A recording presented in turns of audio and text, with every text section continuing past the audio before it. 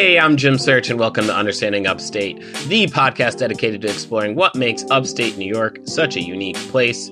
Each week, my co-host Rob Adler and I dive into a new upstate topic to better understand what's up upstate. And this week, we look at the true tales of horror in upstate New York to continue our October spooky themed episodes that we have dove into from last year and diving in this year as well. Jim, I have one thing to say to that. Are you ready for it? I hope so. Boo! Yeah. Get it? I had a feeling. I had a feeling you were going to take it there, and I feel like I read this situation pretty well. Sure. as to where you're going to go. I'm glad to deliver sure. on that. The promise of the premise there. I think it was the pause that really gave it to me. Sure. Well, it's a little bit of stagecraft, right? You got to set it up. Speaking about setting things up, it would really set us up if you, the listener, subscribed, rated, and reviewed the podcast. Doing all those things helps us out a lot. I'm seeing a lot more ratings. We got a lot more ratings, not so many reviews. Guys, get in there, throw us some kind words. You can also suggest a topic for us to cover on a future episode. If you write us love the episode, that co-host Rob is an amazing storyteller. You don't have to get too specific, but as specific as you want to get. And you can throw in a suggestion for us to cover, and we'll do it. Again, that is a promise and a threat. all in one. And also, be sure to email us, right? Yep. Get up in there. Understandingupstate@gmail.com. If you're a little gun shy, you can email us privately and send a suggestion for us if you'd like there. So I just realized I do have an upstate update. Oh man, we haven't had one in a minute. Yeah, and I'm excited to reveal this one. So you want to give us a little tune here? Let's do it. There it is. In so much of, I just wanted to give a quick update as to the documentary mini doc that's in the works right now of the coverage of Sterling Fest 2025, courtesy of the good homie Fred Espinoza, who rolled up from New York City to cover Sterling Fest. He's been diligently working on a mini doc covering that weekend, and the trailer for that is on his Instagram, and it's also been reposted on our Instagram, so go check that out. It's really cool. He's done a fantastic job with what I've seen from just the beginning, so I think you're going to love it. And then when the mini doc drops, you'll also love that too. Hell yeah. So that is my upstate update. Yeah, I think I checked that out. Would it have been yesterday? Time is a little amorphous for me with a newborn, but I know I saw it in the last 24 hours, and it was really cool. You did. Yeah, it's very cool because he's merged Sterling Fest. I actually did a spot over at Crooked Mouth Comedy. Shout out to Stephen Brown. So I had a setup there. So it was kind of the merging of those two worlds in this doc. So very cool. You're gonna love it. You're gonna love every minute of it. Yeah, if you like this podcast, I think you're gonna like that. And you should like this. What's there not to like about this? Yeah, why did I say if you're from Oh my god. Yeah, nah, man, you gotta like this shit, man. Look, if you're from upstate New York and you want to learn more about the cool shit that's been happening up here, this is the fucking show for you, man. We're really doing some really great work, and I will say very proud of what we've put together over this last year and some change. Yeah. For sure. I mean, look, speaking of work, I put in some legwork to compile a bunch of different stories for today's episode. So many, in fact, that we had to cut a few just for time's sake. Because again, we've got, I think it's like 5-ish topics, 4 or 5 for today's episode. And I really tried to get true tales that kind of cover the whole spectrum of the macabre. And again, these are all true things that happened in upstate New York. We've got some serial murderers. We've got creepy ghost stories. Some true body horror, as it would happen, and more. So we'll should we get into it, Jim? Hell yeah, let's go. Let's get this.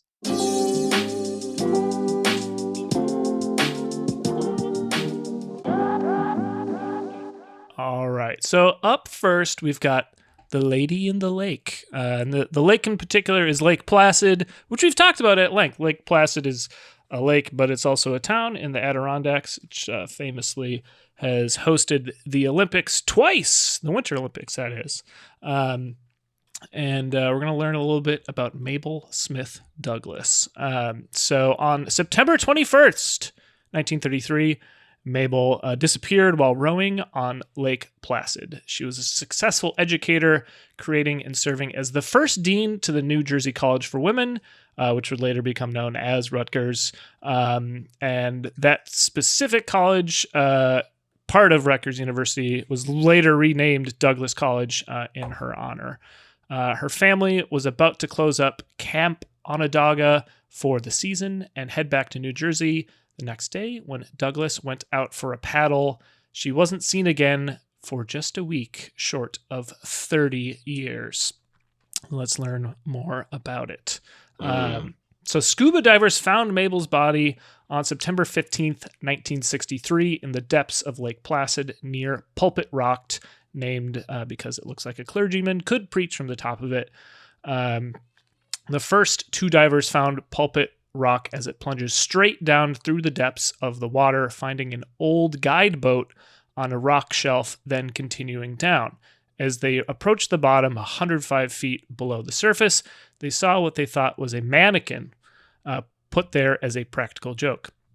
It wasn't until one of them grabbed its arm and it detached from the rest of the body that they realized it was human, perfectly preserved due to the depths and cold of the water. Now that's fucking creepy, man. No decomposition after 30 years. It gets weirder. Holy shit, dude. It gets weirder. All right. The chemical makeup of the water and the conditions were just so that the outer layers of tissue of Mabel's body slowly turned into soap, giving her skin a hard, waxy white look that gave the divers the initial impression that she was made of plastic. She lay on her right side with her legs together in a crouching position and she looked like she had just died 5 minutes ago. Whoa. Yeah. Oh, that's wild, dude. And I read, I couldn't find this source again because I've literally read like 100 different horror-related articles, but there's some disputes as to like the soap skin aspect of this, where like the chemicals, her skin wouldn't have changed. It would more due just to the coldness. But again, perfectly preserved 30-year-old dead lady. Pretty creepy. Right. But let's continue. The divers noticed a rope tied around her neck, which was attached to an anchor. So, signs of foul play. Yes. One of the divers, Richard, motioned for the other 18-year-old Jimmy Rogers to stay with the body as he returned to the surface, where he intended to get rope to mark the spot where the body lay so police could investigate it. As Jimmy waited with the body, can you imagine being an 18-year-old? 18 years old. Like, hey, hang out with this dead body at the bottom of this lake for no. Not Gotta grow up fast, Jimmy. Yeah, Jesus. You gotta grow up fast, buddy. As Jimmy waited with the body in the deep, dark water, though, he grew disconcerted by the way Mabel looked, like she could wake up at any second. He decided to bring her body to the surface himself. As he rose through the water with her, Mabel's face disintegrated before the eyes of the divers who were coming down to help Jimmy. Her arm, her other hand, and her head all fell off in the process of getting her body out of the water. And all that was left by the time it was brought to the funeral home was a body that, quote, resembled little more than a sculptor's rough clay form of an unfinished human statue, according to the book A Lady in the Lake, which was written about the incident. Man. Yeah, that's pretty fucked up. That's creepy, man. Yep. That's We're starting off wild, with a dude. bang today, Jim. Starting off with a bang. We are. Again, it's disputed like the soapiness of the skin and all that, but like this shit happened, dude. This happened. Right. No, this is real. So they, of course, had to identify the body, and it didn't take long for investigators to find out that it was Mabel, because she was the only person to have disappeared in Lake Placid and never been found. They also learned that Mabel's husband had died and her son had killed himself, and she had run into professional issues the year before she died. All pretty grim stuff. Combined, these circumstances caused her to have a nervous breakdown, and she spent about a year at a mental health facility before her daughter brought her to their Lake Placid camp for the summer. Years after Mabel's death, her daughter Edith also committed suicide following her own husband's untimely death. Jesus Woof. Christ, man. We'll bring in some levity in the next one. Don't worry. With that background of the story that her neck was tied to an anchor, many have drawn the conclusion that she killed herself. Perhaps the idea of heading back to New Jersey and figuring out how to dive back into the real world was just too much for her. Yet the coroner declared the official cause of death to be accidental drowning. I don't know. The type of boat Mabel was in is notoriously unstable and dangerous for beginners, so there's always the slight possibility that she slipped and fell, and somehow she became entangled in the anchor's rope. We shall never know, Jim. We shall never know. There's, of course, ghost stories about, like, you know, her spirit still being around Lake Placid and whatnot. Oh, hell yeah, it is, man. There's way too much, like trauma around her for her not to just be haunting Lake Placid on the regular, man. Yeah. Nah, yo, she's still out there. Pretty spooky for shit. Sure. Pretty spooky shit. Well, let's learn about something that isn't still out there, and by that I mean the Rochester dire wolf. Shall we can press on, Jim? I will. I forgot to mention I think the last story came from lakeplacid.com. Reputable news source. lakeplacid.com. Yeah. No fake news over here, man. Mm-hmm. This is the real deal Holyfield. Yeah. So this story of the Rochester dire wolf comes to us from Rochester, Monroe County, a historic guide of 1937. In the early 1800s, so many wolves infested the Genesee Valley that the, quote, wolf at the door, end quote, was an ever-present menace. The towns of Monroe County offered such a large bounty, in some cases, $5, for the extermination of the dangerous pests that by 1830, wolves were believed to have been extinct in this region. Well, that's shitty. Yeah, it's pretty crazy when you look at, like, I don't know how much you look at historic predator maps, Jim, but... I mean, I don't make it a big thing.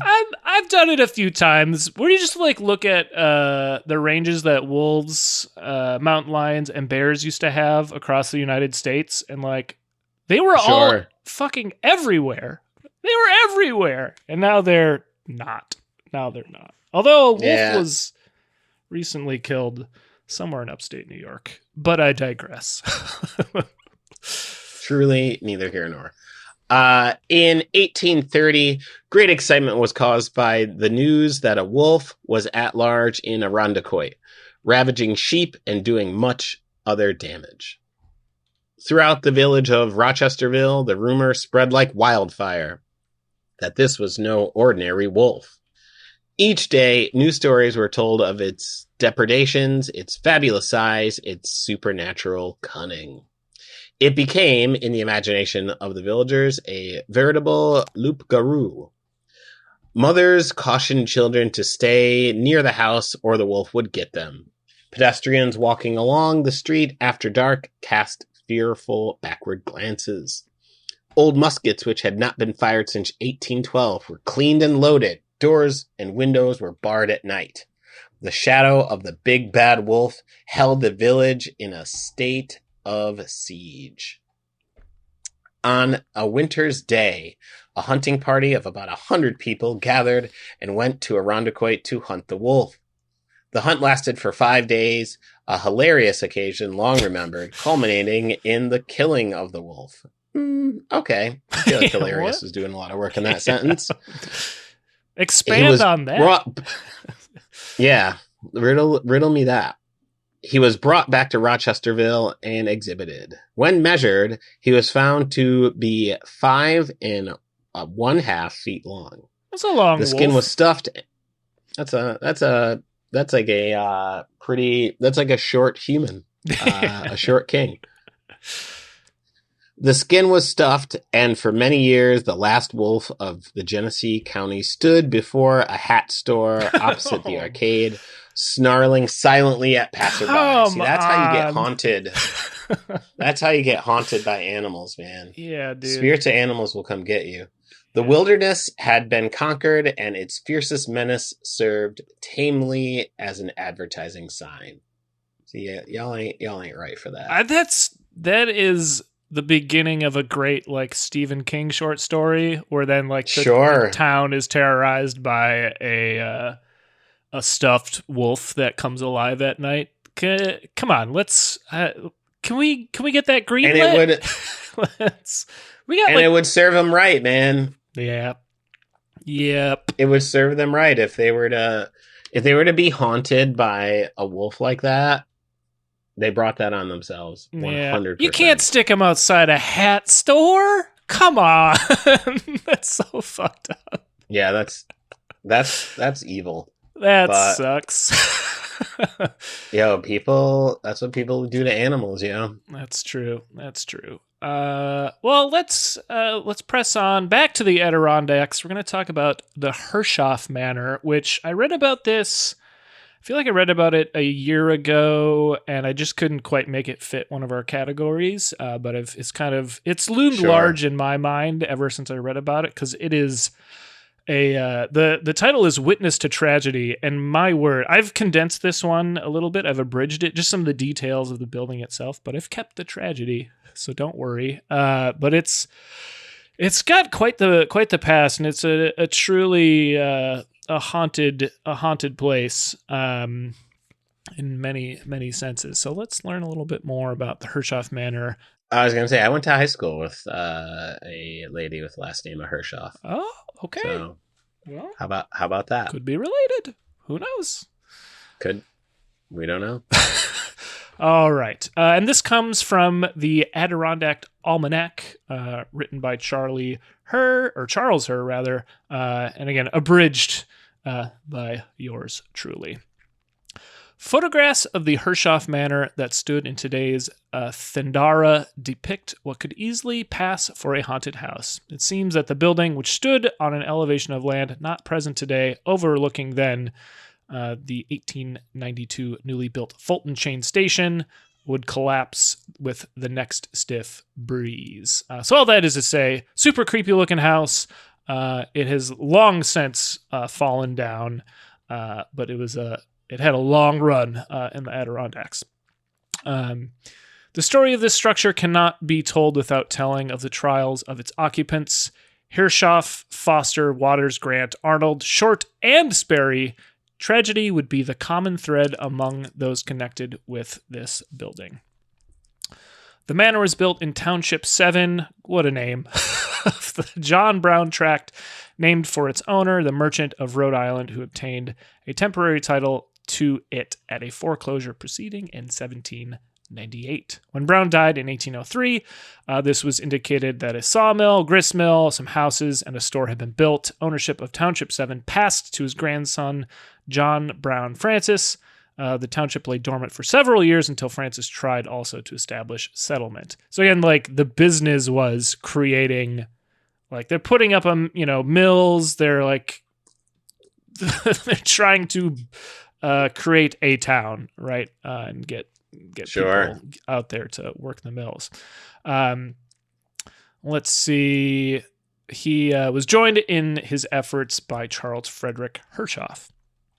Hirschoff had come to America from Prussia in 1787, became a merchant in New York City, and his business concern brought him to Rhode Island and John Brown, as well as to Brown's daughter, Sarah. After an extended courtship, opposed by Brown and beset by financial difficulties, Hirschoff married Sarah in 1801. Brown's concerns regarding Hirschoff included the suitor's lack of business success, which will become an important factor. You can't let people marry for money, man. Or can't let people marry for love. All right, you heartless bastard. I guess not. In September 1811, Hirschoff and Francis visited the tract for the first time. Married 10 years to Sarah and having continued lack of apparent financial success, Hirschoff was said to have felt the need to prove his value as a point of personal honor to the Brown family. Francis noted the deterioration of his grandfather's earlier efforts and that only one settler lived in the township. As with many following him, Hirschoff was enamored with the location, believing only the lack of roads and prospects of industry prevented it from being settled. Like, this is, to this day, a remote location. Like, it's not, right. Like, if you're in the central Adirondacks, like, there's not like a main highway that goes through there. Like it's a small 1-lane or I guess 2-lane highways or, small roads to this day. I can't imagine thinking like, oh, we just got to get some dirt paths into here and this place is going to be a boom town. That's the only thing standing in the way. Only thing. I mean, gorgeous country, great for it was popular for hiking and hunting, and I'm sure logging at the time too, but still a rugged area. As Hirschoff planned, the manor entered documented history in September 1815 when Hirschoff proudly informed Sarah that he had built the, quote, very snug fair house, which is the titular Hirschoff Manor.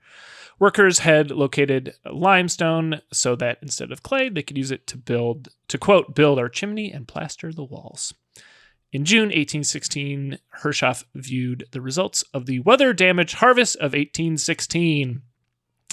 His request to the family shipping firm for funds to start a nail factory would be denied. In the following, no. He's just, this just sounds like fuck up after fuck up. And he's just like, hey, can I fuck up again? And they're like, nah.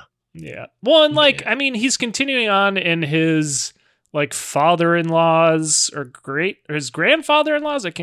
Father-in-law's footsteps were clearly he deemed this area not worthy of pursuing at some point. He kind of just let it go to waste, right? So it's why would you try?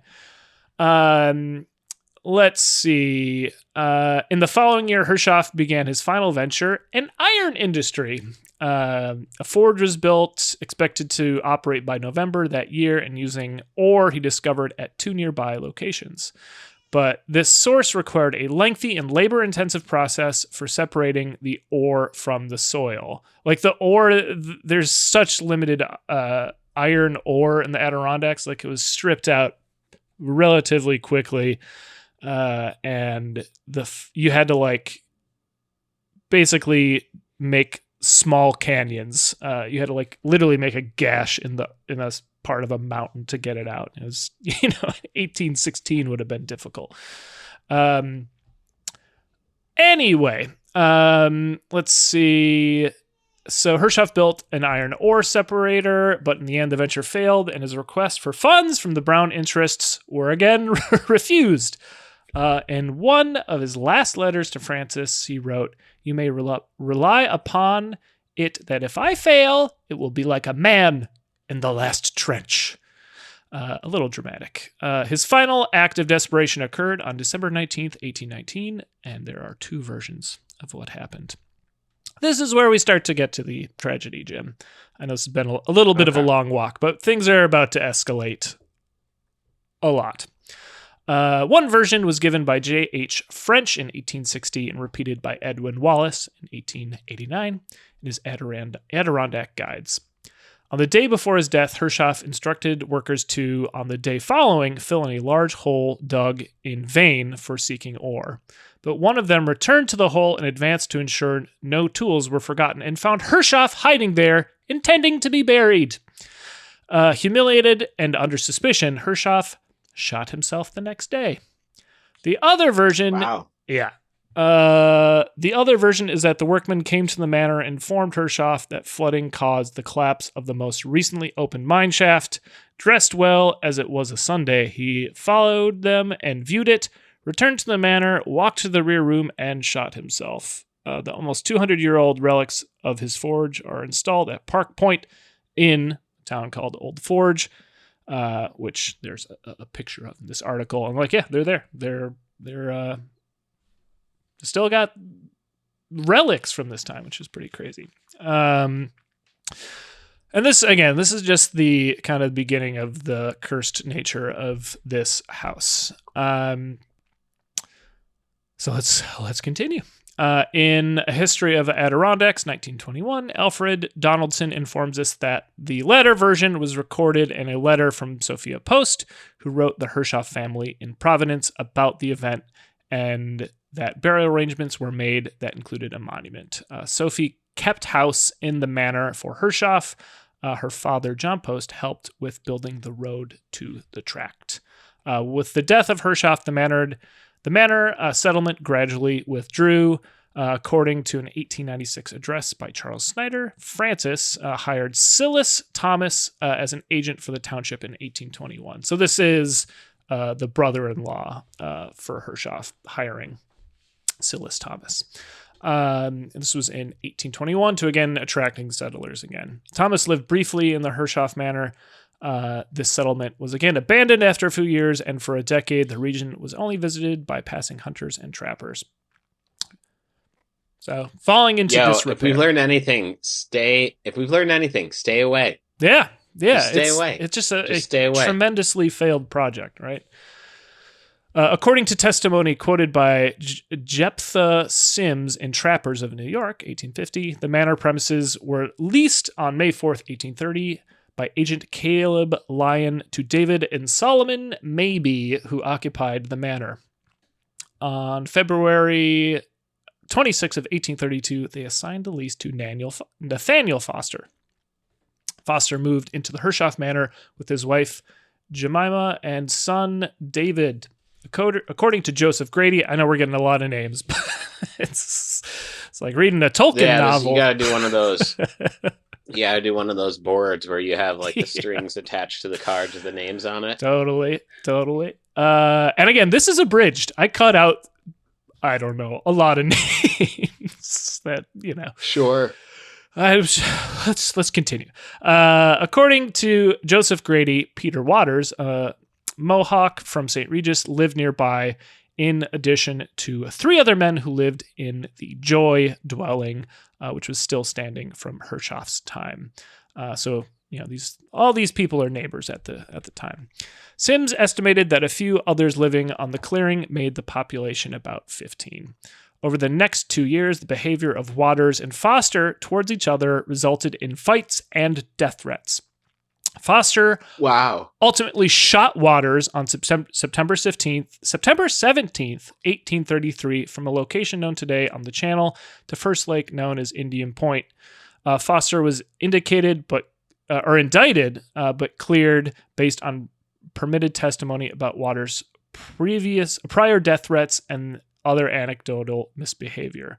The trial lasted 2 days, although Foster spent a year in confinement waiting for his day in court. I believe Foster shot Waters from a canoe, if I'm remembering details correctly from another account. Like he was in...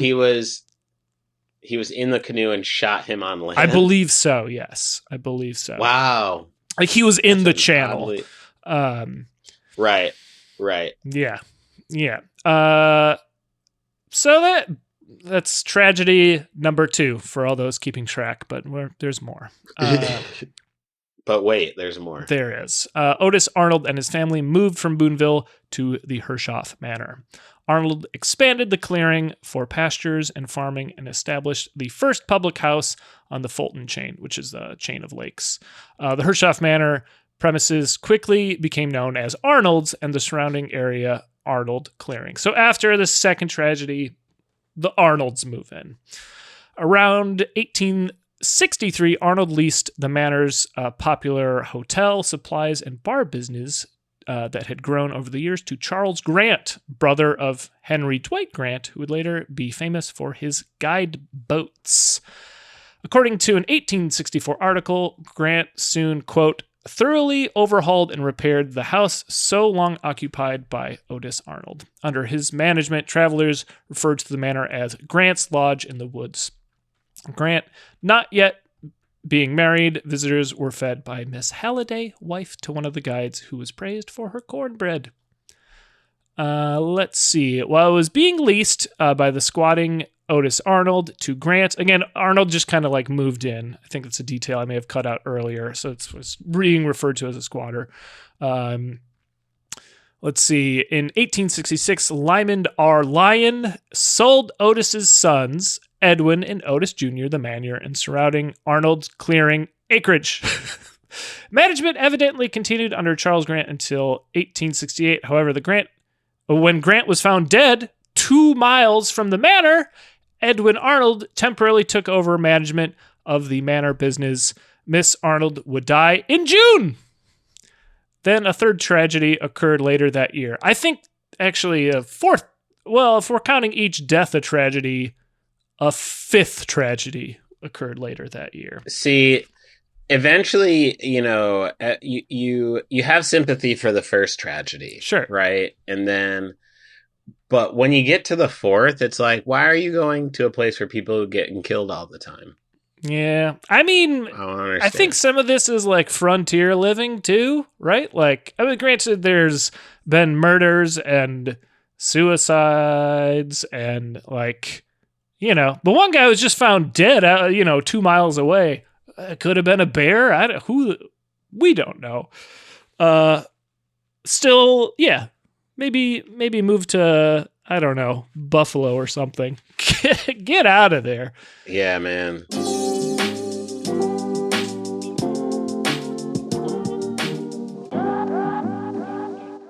Let's continue with the tragedy, though. I think we're at 5. 5 pretty untimely deaths so far. On September 18th, Otis's son, Edwin Arnold, sold a hound, a dog, to James Short, a guide from Essex County, but would not sell a leash and chain, evidently following his father's instructions. I guess they didn't want their dogs on leashes? Okay. I don't know. 3 days later, Short came back and convinced Edwin's employee to sell a leash and installed it on the hound. When Otis, who again told him not to leash these dogs, entered the manor unaware of the sale. Arguments, threats, and a fight ensued with Otis shooting and killing Short over a dog leash. Before Short died, Otis left for Nick's Lake, where he weighed himself with rocks and dove in the water from a boat. His body was found a month later. What's going on with this place, Jim? Yo, man, this is some real, I don't even know how to describe it other than just like horror movie behavior. Yeah, it's seven deaths at one. I think there was maybe one family that didn't have a tragedy occur here. Maybe the Arnolds. I can't. Oh no, this was the Arnolds. Yeah, not great. Not great. Like a truly haunted and cursed home. Just anyone who lived there didn't meet a great end, right? There's one more, though, Jim. Let's get to number 8, Sure. shall we? Edwin Arnold then leased the manor to Cyrus Sanford Sperry and his wife Jane. When the new Forge House opened in May 1871, it became the destination for travelers, and the Sperrys became its first operators for owners George Desborough and J. Milton Buell. Sanford Sperry, the last proprietor of the manor, would drown in November 1872 at Limekiln Lake while his young son Willie watched. Edwin managed Arnold's for a year or two and left briefly to manage the Forge House after the departure of Miss Sperry. Edwin would soon marry and move to Jack Shepherd's camp, later the site of the Cohasset Hotel. The manor now began its long goodbye as a curiosity for travelers to the Forge House, which I think the Forge House is like again, kind of a hunting lodge place to stay if you're, passing through the area. Hershoff's suicide and Short's death, followed by Arnold's suicide, would be repeatedly recalled as passing travelers viewed the structure. According to the Utica Daily Observer in 1875, quote, "The old Arnold mansion was already going to decay," and, quote, "recording the autumn leaves of its experience. We rambled about the deserted rooms and thought of the many incidents connected with its history. Antlers, hunting jackets, and other paraphernalia of the chase lay scattered about in disorder, and judging from the large number of empty bottles and jugs, the crop of rye seldom failed them." So there you go. That's the tale of the Hershoff Manor. Again, I read that about a year or two ago, and it just keeps going. It's just, And more people moved in there. yeah, time and time again, dude. Time and time again. Yo, I'm not. Well, I was gonna say I don't want to victim blame here, but I want a victim blame. I mean, this is like it started all in like 1803. Like, there's, how are you gonna, if you're not from the area, how are you gonna know? Like, I don't know, man. if some place is routinely vacant, there got to be a reason for it. That's like, true. Oh wow, this beautiful manor is sitting vacant. Oh, and I can live here for next door to nothing. What could possibly go wrong here? Mm-hmm. Nah, yo. Mm-hmm. Again, like, I think everything we've heard so far today, not to toot my own research whistle, but like the makings of pretty good movies, right? Pretty good horror films. Sure. Like, oh yeah, this is a real this could be shit. some Netflix shit. Oh yeah. Oh. I could see Netflix taking this adaptation. Trademark, copyright, everything we've said and everything we will say on this episode, aside from the fact that we are quoting other people's research. But sure, Jim, we'll have a little script writing sesh after this. Don't worry. Okay, I'm with it. Let's fucking go. I got the Understanding Upstate horror anthology series coming out 2026. Keep your eyes posted. Yes. Please do. Let's turn to perhaps one of the... Again, all these are pretty grisly. This one's real terrifying to me, and has to do with unethical radiation tests that University of Rochester was doing back in the day. Shall we learn about this, Jim? Sure. Let's get to it, man. All right. The secret radiation tests at the University of Rochester, coming to us from the New York Times. Radiation tests used some healthy people. Hard title. Hard title. Dude. Coming in strong as fuck. Yeah. That's a bold statement. I think this is like front page, but like bottom left corner. This should have been like sure the headline. We need to know more about this. Mm-hmm. Some patients injected with small amounts of radioactive substances in experiments at the University of Rochester at the dawn of the atomic age were not terminally ill, according to documents unearthed by a presidential panel. I reject that. The findings contradicted statements by the experimenters that the patients had not been expected to live very long, said the panel. Still no reason to do that. The Presidential Advisory Committee on Human Radiation Experiments, which made the documents public today. I should also point out this came out in January 19th, 1995. Mm-hmm. The panel also said patients were not informed of the experiments. So, even if they were going to use terminally ill people, they still weren't going to give them an option to opt in. They were just doing it, right? But they also used healthy people. Let's continue. Yeah, man, this is fucked up. Yep. In connection with the Manhattan Project to build the atomic bomb, at least 31 patients were given with radioactive plutonium, uranium, polonium, americium, or zirconium, the advisory committee determined. Robert Loeb, Public Information Director at the Strong Memorial Hospital of the University of Rochester Medical Center, said that the experiments had indeed been conducted there, but that all the patients and researchers involved were now dead. Mm-hmm. Oh, okay. Then I guess it's fine. I wonder why. Yeah, can't imagine why or how all these people kicked. The investigating committee, a panel of ethicists, historians, and scientists, was appointed by President Clinton to search all government agencies for information about experiments on humans using radiation. The action came after congressional hearings and a report in 1993 by the Albuquerque Tribune about experiments in which plutonium was injected into 18 people. That's fucking nuts. Yeah, dude. What do you want to learn from that, man? That it's going to kill them? I could tell you that. Yeah. I just saved 18 people's lives, man.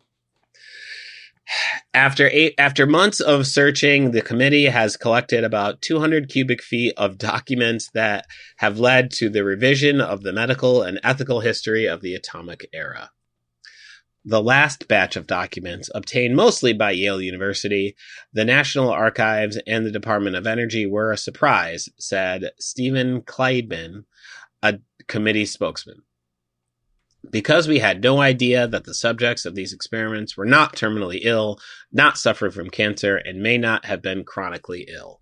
It's just, so just regular people, just banging the arm with some radioactive goo. And I don't think this article details it, but they're basically, according to one source, there was what was called the Manhattan Annex at the U of R, like medical facility, and it was maybe only accessible by tunnel, and they're like, oh hey, let's bring Steve to the annex. Bring Steve on over to the annex. He needs an injection type shit. Like,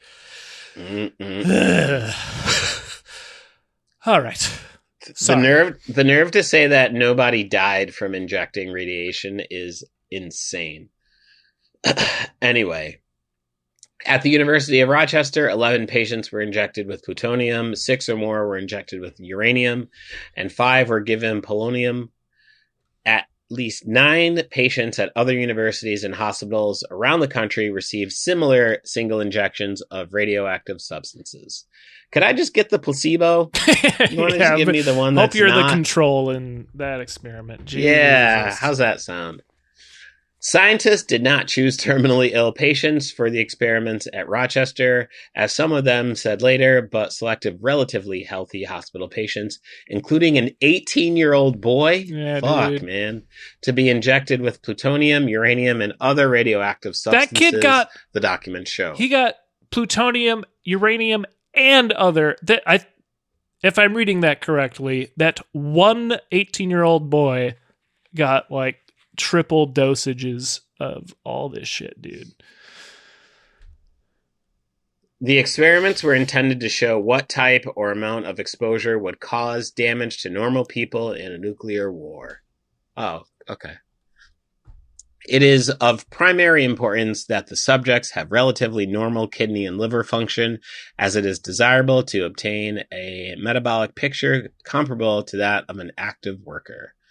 according to the plan for plutonium injections at Rochester, written in September 1945 by Dr. Wright Langham of the Los Alamos Science Laboratory in New Mexico. Oof. The individuals chosen as subjects were a miscellaneous group of male and female hospital patients, for the most part with well-established diagnoses, said one document written in 1950 by Dr. Samuel Bassett, who carried out some injection experiments. Patients with malignant disease were also omitted from the group on the grounds that their metabolism might have been affected in an unknown manner. At least three of the original 11 patients were given plutonium at Rochester were still alive, and 2 were being treated by doctors in Rochester in 1971, as documents showed. But Dr. Langham, who helped write the experimental plans and oversaw them, suggested in public papers after the experiments that the patients had been terminally ill. Well, which one is it? The patients in the experiments, carried out from 45 to 47, were never told they were being experimented on, according to reports. Dr. Patricia Durbin wrote for the Atomic Energy Commission in 1971, after interviewing Dr. Langham and others who conducted the experiment. That is what we call a massive lawsuit. Mm-hmm. Mr. Loeb, the Strong Memorial Hospital spokesman, said, "We have not seen the documents, but these experiments did happen here. They were not a part of the hospital culture. They were highly secret extracurricular activities carried out by only 3 or 4 people. In addition to all the patients and researchers being dead, the documents of the experiment had been in storage at the Department of Energy and National Archives." Man. Yeah. What? So you just know, like, I can just tell you that, yeah, like, radiation's going to kill you. You don't need to you don't need to kill people to find out that something that will kill them will kill them. Yeah. Yeah. Not great. Not great. Unethical is one word for it, you know? Yep. So yeah, that was a pretty terrifying thing to stumble across. But we've got one more, Jim, to close us out here, and it's regarding a very prolific serial killer named H.H. Holmes. I don't know if you're familiar with him. I am not. All right. Well, let's learn a little bit about him. This comes from AdirondackLife.com, and it's kind of about a serial killer's humble upstate beginnings, as it were. Sure, his grassroots murdering spree. I mean, truly. Think serial killer and Berkowitz, Bundy, or Dahmer come to mind. However, in the mid-1890s, following Jack the Ripper's London killing spree, Herman Webster Mudgett, a.k.a. H.H. Holmes, by then sitting in a cell at Philadelphia's Moyamensing prison, was the notorious monster. And he's become more popular, or not popular, more infamous today through a book called The Devil in the White City, which is, I think a bestseller, which we'll talk about in a second. So Mudgett / H.H. Holmes had been on the run everywhere from Fort Worth to St. Louis to Toronto, and in 1895 was collared for insurance fraud. Eventually, cops raided his Englewood, Illinois hotel, a massive structure he had designed to facilitate his homicidal habits, killing businessmen for their loot, offing people, and in one case, almost an entire family to collect on phony life insurance policies, and murdering lovers, female employees, and other women who had booked rooms there while visiting the Windy City's 1893 World's Fair, also known as the Columbian Exposition. So he built a murder hotel. This is all true. Fun. Yeah. I feel like 5 stars. I think there was a room to gas people. Real grisly shit. Let's see. The fair really packed people in, and on one day, hosting almost 800,000 people, more, than had attended any single day of any peaceable event in history, according to Eric Larson's best-selling The Devil in the White City, about Chicago, the Exposition, and H.H. Holmes. While foul play was suspected in the case of hundreds who visited the fair and vanished, police had no answers other than the obvious that in Chicago, in the time of the fair, it was very easy to disappear, writes Larson. Most of Mudgett's murders were committed within his hotel's maze of dead-end hallways, airtight chambers he equipped with holes for peeping and piping in lethal gas, an enormous kiln he installed capable of incinerating just about anything. There were also secret chutes to discreetly transport bodies floor to floor, vats of acid, quicklime pits, and dissection table. Charred clothing and human remains were found in the basement. Mudgett stripped the bodies to the bone, something that he'd learned while carving cadavers as a medical student at the University of Michigan, and made serious cash selling the skeletons to colleges and other science facilities in a black market body trade. Okay, so time out.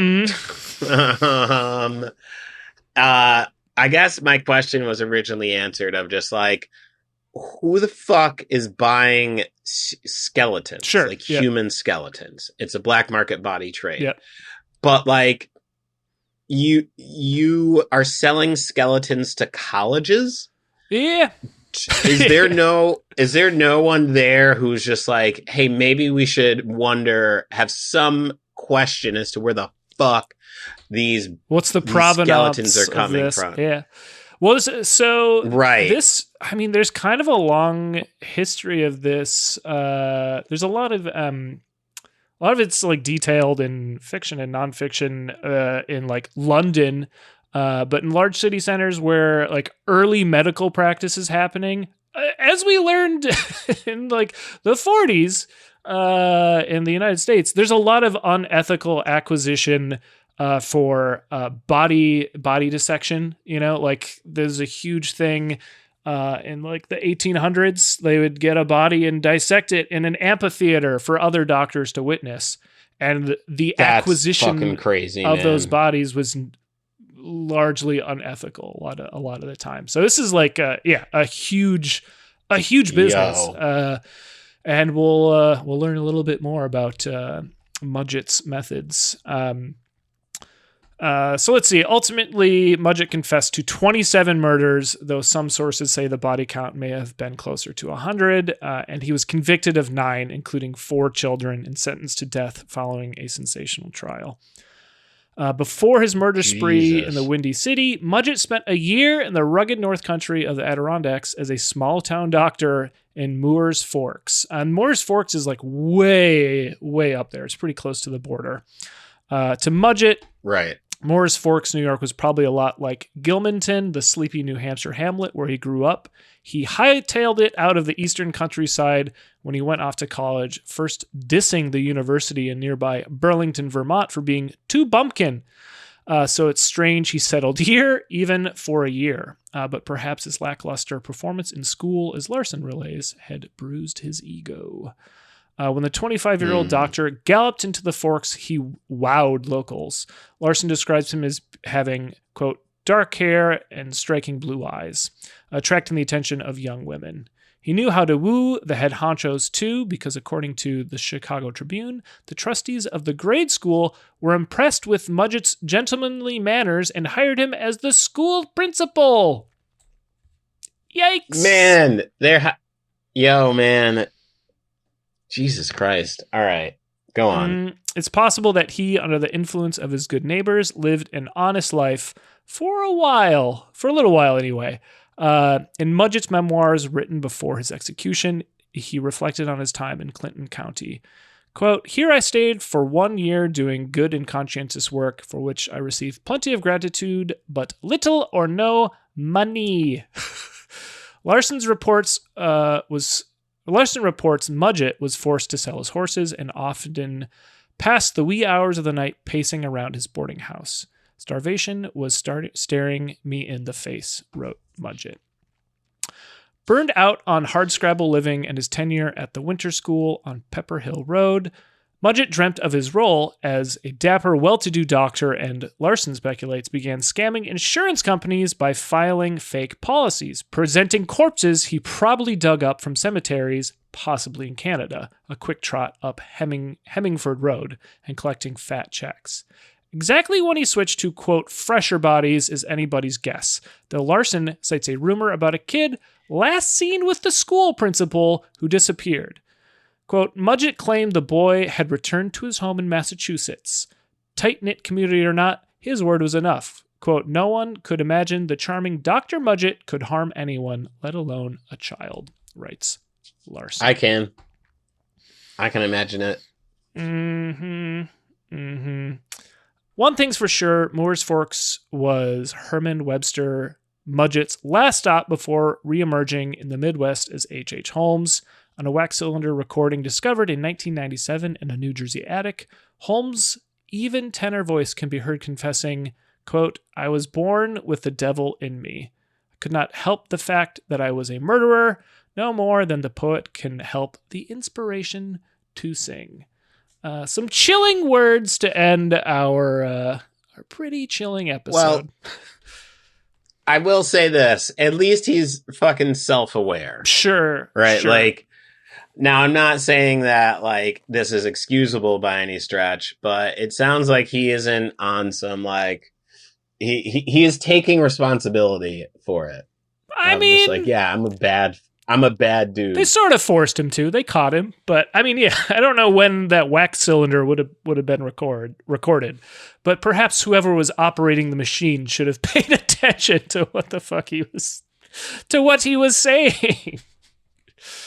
He's aware of that. He's aware of his evil. Yeah, I guess that's literally the only redeeming quality I can say for the man who built a murder fucking house. Yeah. But again, I was that actually took a lot of digging to come across. I was pretty surprised to learn, because I was familiar with H.H. Holmes and his pretty brutal legacy. But yeah, to learn he spent any time, a year in the Adirondacks as like a doctor and a principal was pretty crazy to learn.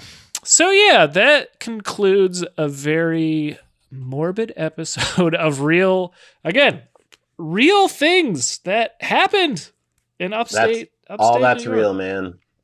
Yeah. We got some real ass shit going on, man. It's true. Hey, do you know what else is real ass shit, Jim? It's when people I do subscribe to the show. They rate it, they review it, and they also share an episode with a friend. That helps us out for real. So do all those things. Again, it's a huge help. If you write us a positive review, again, throw in a suggestion for a future episode, or email us a suggestion for a future episode as well. And again, sometimes we do these like compiled episodes. So if if you're sitting on a topic that's maybe a little bit more anecdotal, again, we might work it into one of these kind of collective episodes. Send it our merry way. Indeed. Jim, do you have any suggestions you'd like to drop for things for our listeners to check out? So check this out. Let's say, you're at your house in Monroe County in and around the Rochester area, right? Mm-hmm. You're out there chilling. And here's what happens. Wolves are everywhere. You are hounded by wolves. You cannot leave your house. You are stuck. You are stuck inside. What better way to be stuck inside when the wolves are prowling to pass the time by listening to my album, Upstate Understandings, which is available on a variety of mediums, locations. You can get it at jimsearch.bandcamp.com. You can get it at all digital streaming platforms. If you do go through the Bandcamp route, I still have some tapes and CDs left. Buy them all up. That would be really rad if I got rid of every last one of these. But yeah, go do that. And also jimsearchcomedy.com to check out all my dates for comedy and whatnot. So that is the place to get at me. Rob, they have bought every last copy of my album, which would be fantastic. They bought all the t-shirts, also fantastic. But yet and still they have more money to spend. Where can they spend it? And how? Let's just say you are a freshwater diver and you unexpectedly just saw a lady disintegrate before your face, and you need something to take your mind off of it. Well, I have just the thing for you. It's my album called New York Sticky, available at brooklynfrequency.bandcamp.com. I also have a EP coming out, I think today. If all things go according to plan, I have another little album coming out. It's actually a Halloween-themed album. It's called Cyber Punish. Kind of a weird name, but it's kind of like synthwave horror. A little bit different from my last album. But if it's out, there's a link for it in the description. If it's not out, it'll be out next week. But go check that out. Again, pretty good little spooky EP for this Halloween season. Speaking of Halloween season and all things spooky, we've got another spooky topic for Speedy Freaks and Rattlesnake Pete's ready for them for next week. Jim, can you give us a hint for that? Oh, man. Well, I'll put it to you like this. Just know that the Upstate legacy will live on. I promise you that. That leaves us with just a little silly up pun to close us out. Are you ready, Jim? Yes. Go give it to us. Well, I'm pretty scared from today's episode, so I'm going to go turn up the lights. I'll see you later. Well played. Well played.